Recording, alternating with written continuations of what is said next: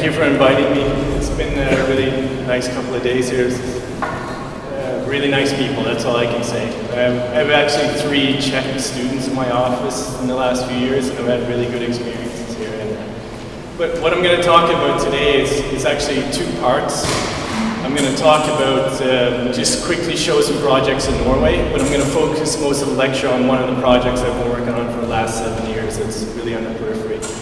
Basically, a bit about my work, it's very, very personal, my work, so I'll tell you a bit about myself first so you can get to know me. I grew up in Canada, and then when I was going to architecture school, I left and worked in Vienna, then I worked in Berlin, and then I went to do some projects in Russia with a human rights organization. So then suddenly, when I was doing my master's degree in architecture, I had an idea to travel around Northern Europe to see ecological communities, and I didn't have much money.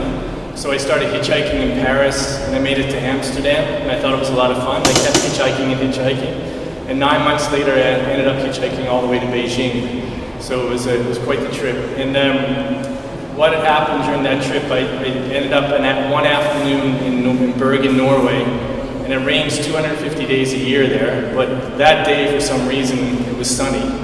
And it's one of the most expensive countries in the world, so I think I had the most expensive beer in my life there. But I ended up deciding to move back in 1996, and I started my own practice. So a bit about the periphery, for example. My whole life has been a periphery because I didn't get an education the same way as a regular architect did. I used my travels to get an architecture education working in different offices. When I moved to Norway, I noticed in Hans's maps there, half the maps of Europe didn't even show, it was always cut off in Norway. So I'm really in the periphery. I grew up on the outside of Canada, in the poorest part of Canada, with very little people, and then I ended up moving to a place that is not very seldom shown on the European Union map. Another thing that happened to me as well, being on the periphery, I was a foreigner in my adopted country is Norway now, but I speak Norwegian now, but when I moved there, I didn't speak the language. I didn't have a contact network, for example. I didn't have a rich uncle that could give me a project. I started my own company when I was right out of school.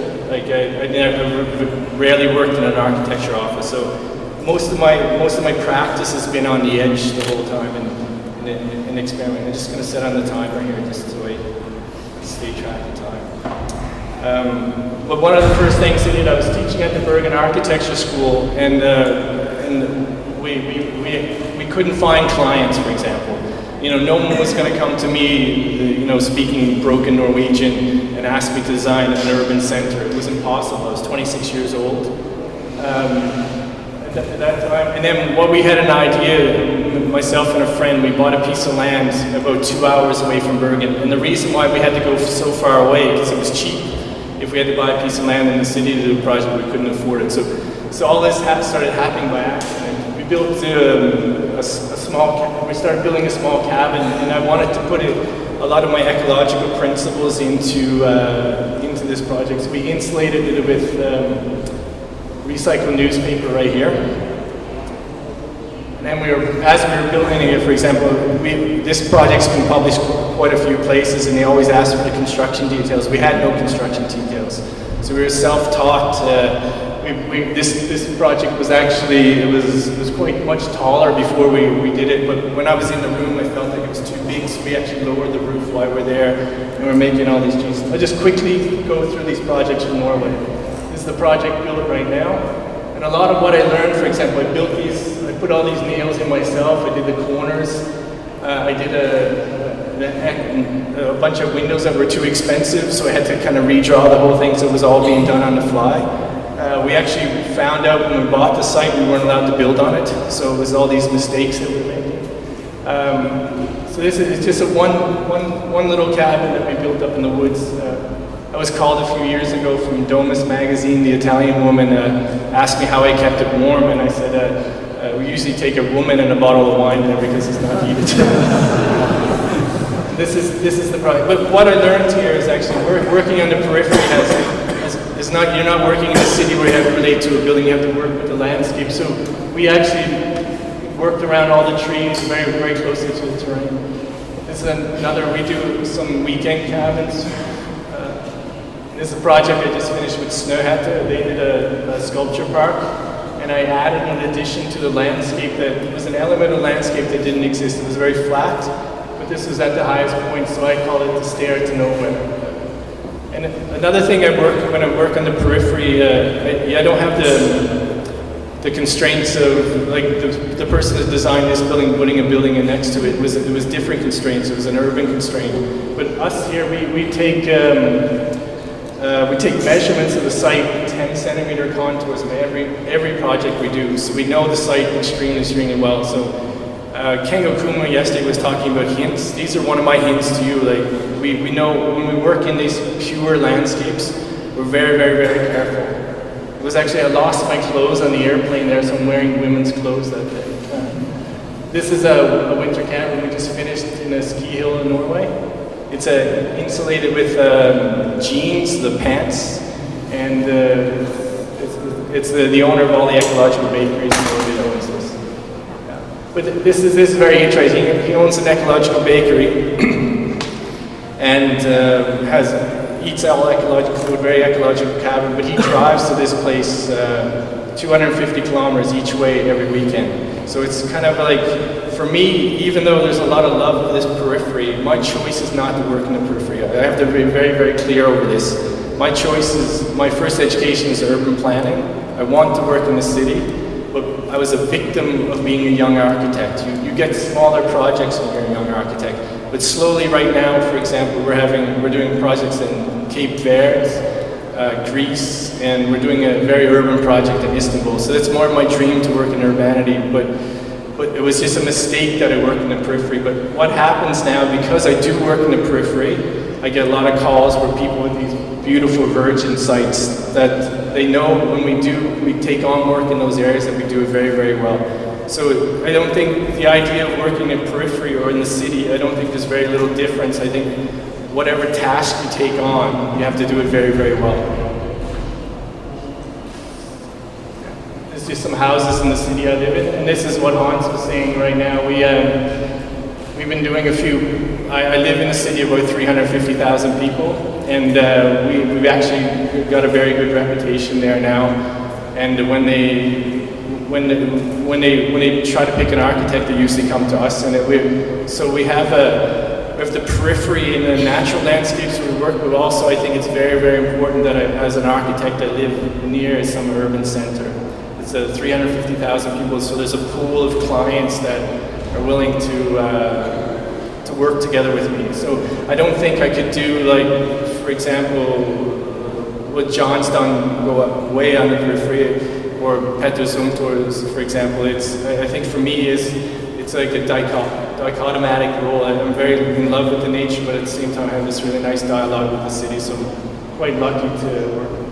This is a couple that moved outside of the city. They own this version of Spotify, and they have their office above and their house below.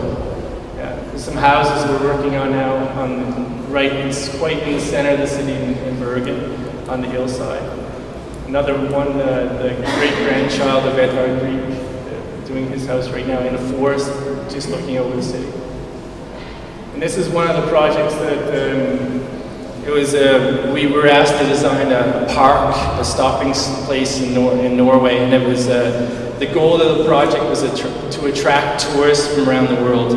And it seems to be working. I've met 10 people here during the seminar I've been at this project. And the idea, when we were up there doing the competition, it was almost like, it was extremely beautiful in this area. And it was one of the first sentences in my architectural thesis, my master's thesis, is sometimes for an architect, the hardest thing to do is not to build. And that was coming into my mind there at this project. I thought the place was so beautiful that it didn't really need architecture. But at the same time, the project was to make a project in this virgin landscape. So what we decided to do, we had to think about it, and we made this structure that was 30 meters long and out into the air, and then 640 meters down to the town. The town is down here right now. I'm doing a museum for UNESCO right on this point right now, the World Heritage Sites. So the idea was to get this feeling. Norway is very beautiful, but when you're driving around Norway, you get this numbness that it's like being in a room with beautiful people all the time. Suddenly, you know, everything is perfect, but you're driving in your car, seeing all this, but you have actually no contact with this landscape because you're in a bubble in a car. So what we wanted to do is to get people out of the car and to experience the landscape, and that's why we actually wanted to do this. The glass railing is actually, you look, it's not straight ahead. The glass railing is actually tipped ahead, so you have to have this feeling of letting go. So there's a lot of people that won't walk at the end of this. In this project, while we were doing this, we actually learned a lot of things. We picked out our engineers that we still work with right now. The client, we were very, very young when we did this project, and they were. It was quite a good learning process. So we got very lucky to have the best consultants in this project, and then we developed it, and we had time as well. It's another thing when you work in both in the city and both in the periphery. It's the element of having time to develop a project is. We really appreciate that now. For example, we don't have deadlines in our office anymore because we were being stressed by the client sometimes to deliver when we felt the project wasn't finished. So now when we meet a client, we set the deadlines. We say within about 9 weeks we feel like we can have your project, and usually we meet it, but it's us that take control of the deadlines. And the project actually was very interesting. It was called, when you do these architecture competitions, you have a motto of the title of the project. And we call the project 640 meters over Howland, the town, and 20,000 kilometers from Tokyo. So the idea was if we could make a little piece of architecture way in the middle of nowhere that would manage to attract people from all around the world. So that was the goal of the project. And when my photographer took that photograph, I was just, showed me that was a success. And I have some students in my office, they were up there about 2 weeks ago, or in the summer actually, and they said they heard the word holy shit in about 10 different languages because they were... So this project is what kind of marked my... I don't know if I have a reputation as something, but we got a lot of... We got nominated for the Mies van der Rohe Prize for this. Condé Nast magazine rated as the next 7 architectural wonders of the world. Huffington Post called me the top 5 architects in the world under 50. So by living far, far away, we noticed how the media could connect us to the real world in a way. So in such relation, we have a very interesting relationship with the media because we know that even though we're on the periphery, they can pull us into the hypothetical center of the world. And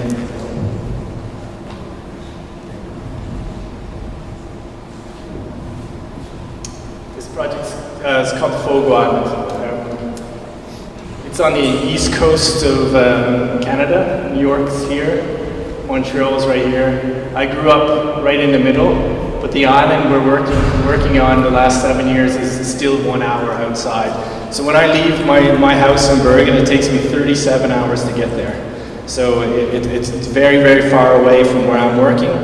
But at the same time, just quickly talk about the project. The goal of the project was to create a center for artists that they can come for 1 to 3 months and make artwork.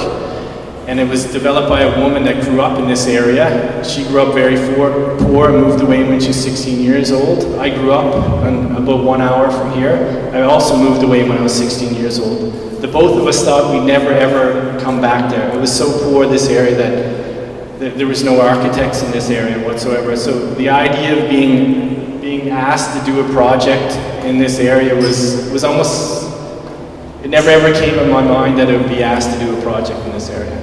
So when she called, it was almost like a dream. And because I was always working as a foreign architect in foreign places that I didn't really know.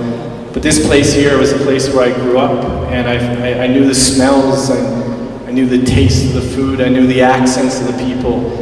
And when I'm working, for example, in Norway, it's very similar. It has the same blueberries, the same fish, but there's actually something different. It was like when I met French people in the south of France, we're talking the difference between a wine in one valley and the wine of a different valley, that they were different. I thought it was complete nonsense. But when I was in Norway, I kind of realized there is a taste from the land and a taste from these different places. So when I got back there, I'll just quickly show you this place. It's a very rough place, but it was part of my personality, and that's what I want young architects now, or architects in general, to actually design for the places where they know best, where they kind of feel their heart is. And this was a place for me. I think the projects I did in Newfoundland were probably maybe the best I'll ever do, because I know it so well. Whereas the other places I'm working at, I think I'm still a bit of a naive foreigner. Even though we have to put it, like the project I'm doing in Istanbul is very different than anything I've ever done before.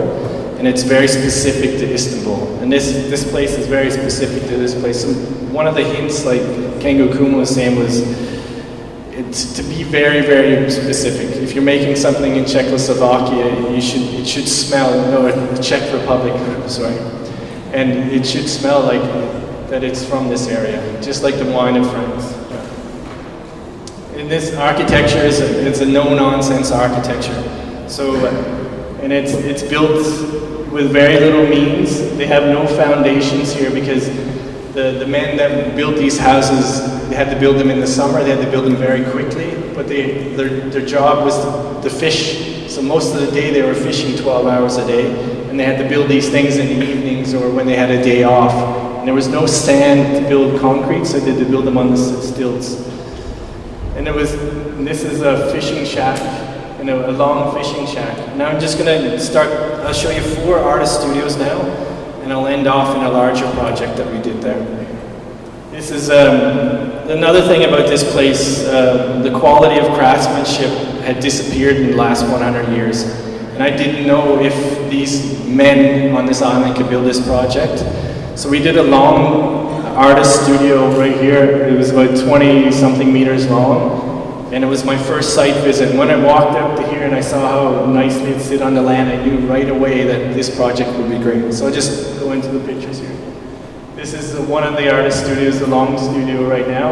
And it has the basic principle behind these studios was to actually make a place for the artist to work outside when it was raining, to work outside when it was sunny, and then an inside space very, very clearly. And another aspect was it was such a pure landscape that I didn't want, for example, power lines coming out to this place, or having to dig up the landscape to make sewage lines and stuff. So what we did is, this is 100% self-sufficient. All the solar panels are on the roof. We collect water down in this wall that's 1 meter thick. And then we have compost toilets, there's no sewer, and we heat it with wood fire. And then you see, like when I went to school in the early 90s, ecological architecture had a lot of bells and whistles. It looked like it was designed by a mad scientist, not an architect. And I still have quite a lot of problems with this just pure ecological architecture, whereas we wanted to work the ecology into the form and function of the building. So all these mechanical electric rooms, the only thing you see is a handle on the door to get inside there. These are the inside spaces of the rooms. They're very, very simple, with skylights above. Every artist we talked to, they just wanted one big, large room that they could really make a mess of, and northern light inside, and just a little place you can make food, and we actually made a place you can sleep above. I just quickly clicked through some pictures. It's a difference from here.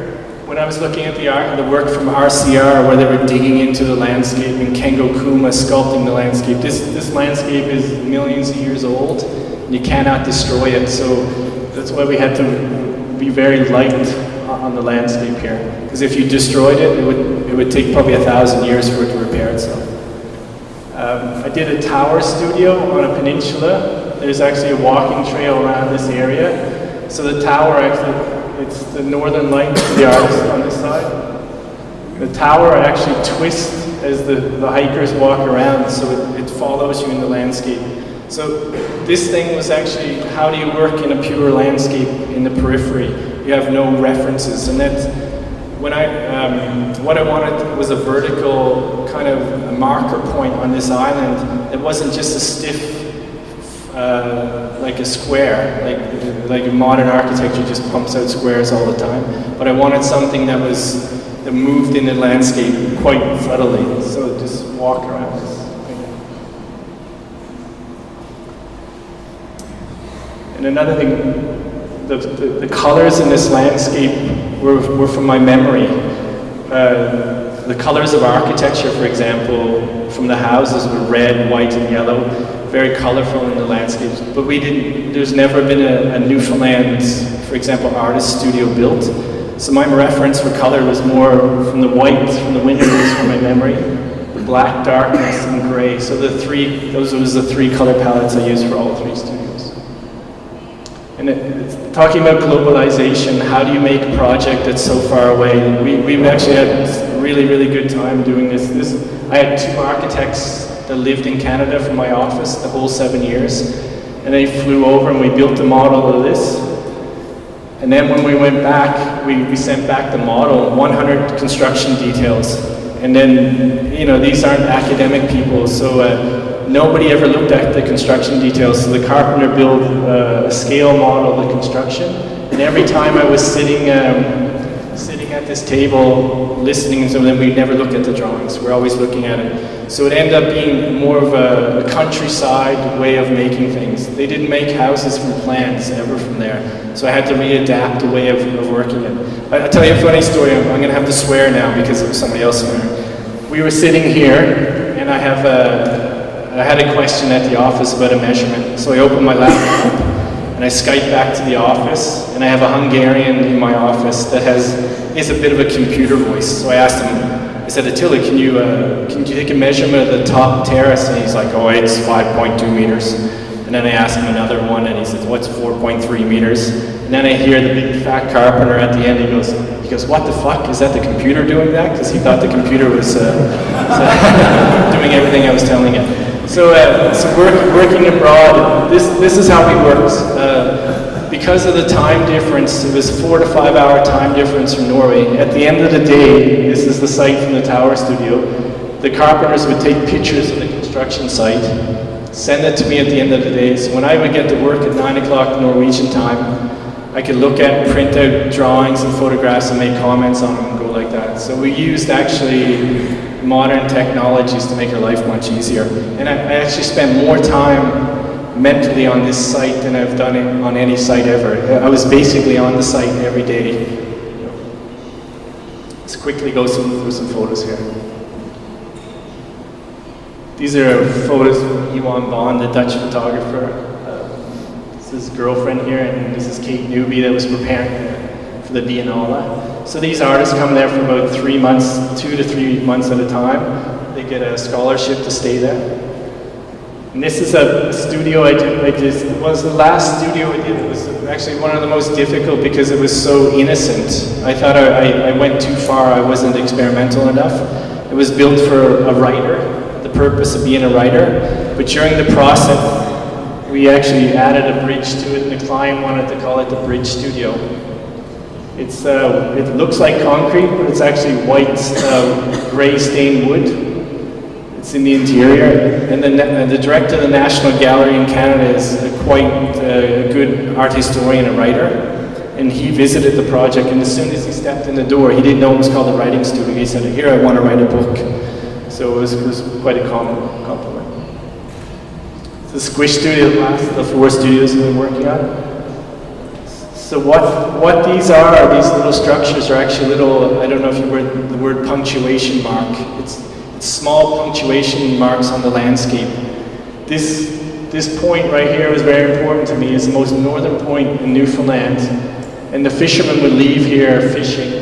And sometimes they would freeze to death while they were away. So the wives and the children from Fogo Island would stand on this point looking, and there's lots of songs about this area, let's check the time here.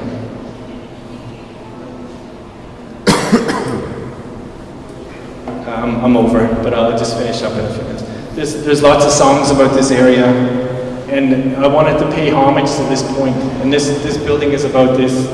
And it was a building that I wanted to actually change in the landscape. So I'll walk around the building right now. And I wanted it to change with the light, for example. The whiteness of the light would change all the time. And then the winter, it was amazing. It's powerful waves, like 5-6 meter high waves crashing in. And some of the artists that are working there actually, they said they can't work sometimes because it's always changing the landscape. So they had to put curtains up a few times just to be able to concentrate on work. Yeah, I'm going to end off, use about 5 minutes if it's okay, just to talk about the last project. So this woman moved back to the island and she created a foundation, and these artist studios didn't really make money. There's 2,500 people living on the island, and what we wanted to do was make some type of architecture that would attract economy and then give local people jobs. So we decided to make a hotel with an art gallery, a restaurant, and a sauna on the roof. This is pictures again from Iwanbong. We were there this summer. The room, there's 29 rooms here. There's an art gallery, and the restaurant looks to the west. And then what we did here is we took all the services outside and put them, we have all this building here is actually designed with a perfect angle for solar panels. We were working together with engineers and we were making our designs, and every time we talked to them, they'd tell you, oh, you have to change it like this. So before I designed this second building with all the utilities, I went directly to the engineer and said, how many square meters of solar panels we need, which angle? And we had 250 square meters of solar panels on a certain angle, and I designed the building out from the parameters of the engineer. This is the restaurant looking to the western sunshine. And then you see how closely we work with the landscape in both situations. We had a meeting with the builders. There was 200 people that built this from the island. And we had a meeting. We built a wooden platform around the whole site. And the woman, she's very strong personality. She said, if you kill one blueberry, I will kill you. So she wanted to, so you see here, what will happen, this building will probably last, if we're lucky, 100, 200 years. But the land, then it'll be removed, but when it's removed, the landscape will be exactly the same it was.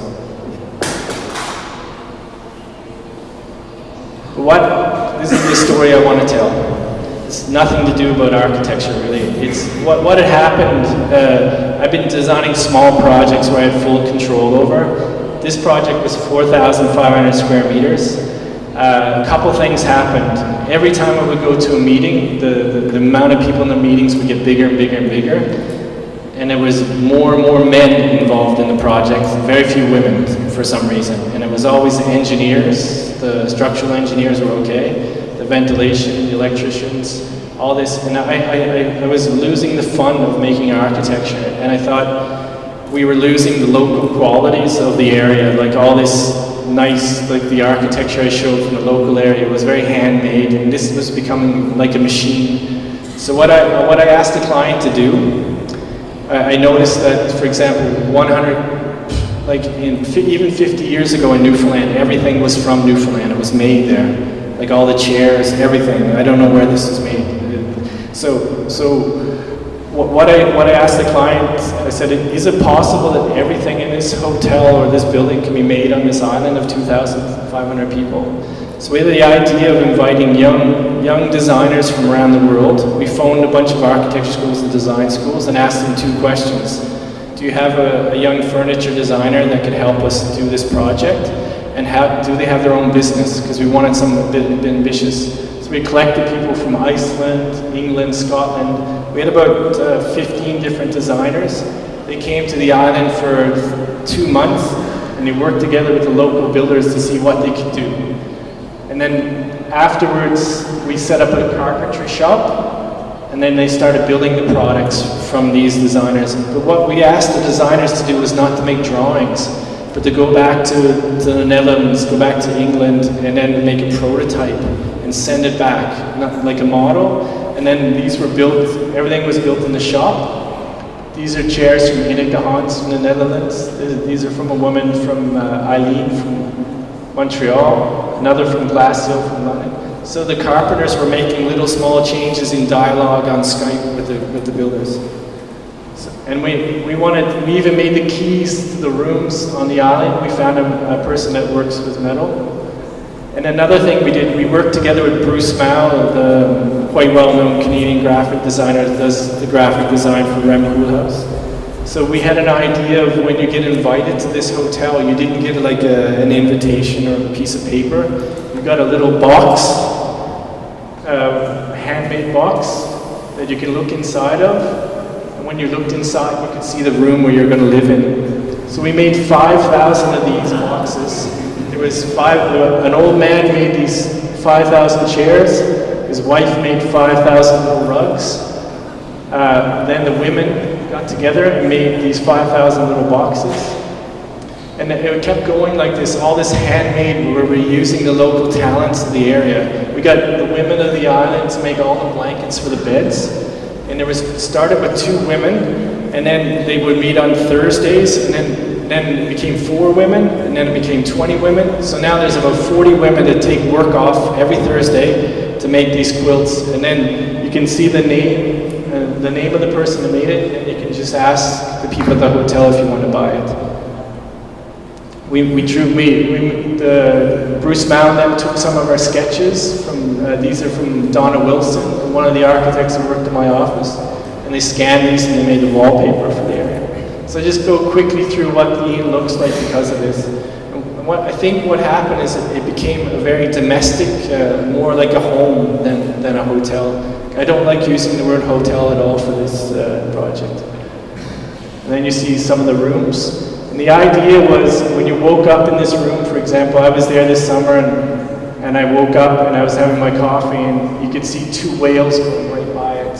So I have this, I travel so much that I wake up in a hotel and every morning and I wake up in a hotel that goes about 10 seconds before I know which city I'm in. So the idea with this place was to really know exactly the second you woke up that you're on Fogo Island. And I think this is an important thing about architecture. If you're designing in the periphery, as soon as you see it, as soon as you touch it, you know where you are.